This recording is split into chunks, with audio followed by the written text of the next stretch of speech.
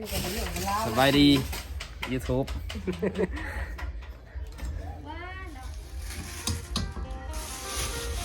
กิน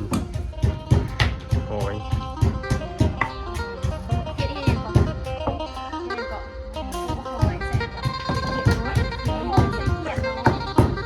ใส่เกียดน้อย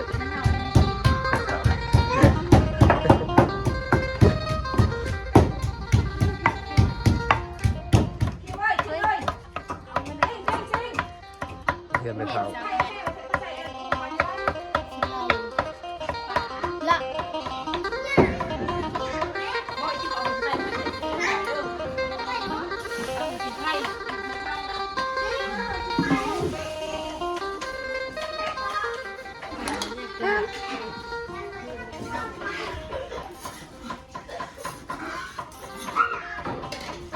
เก่งทำไม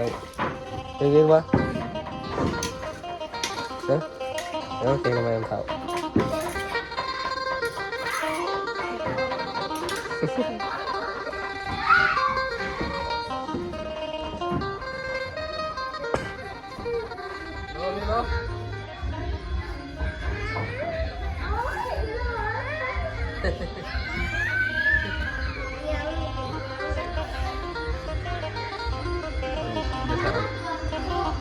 บรรยากาศดีวันน่าตั้งใจ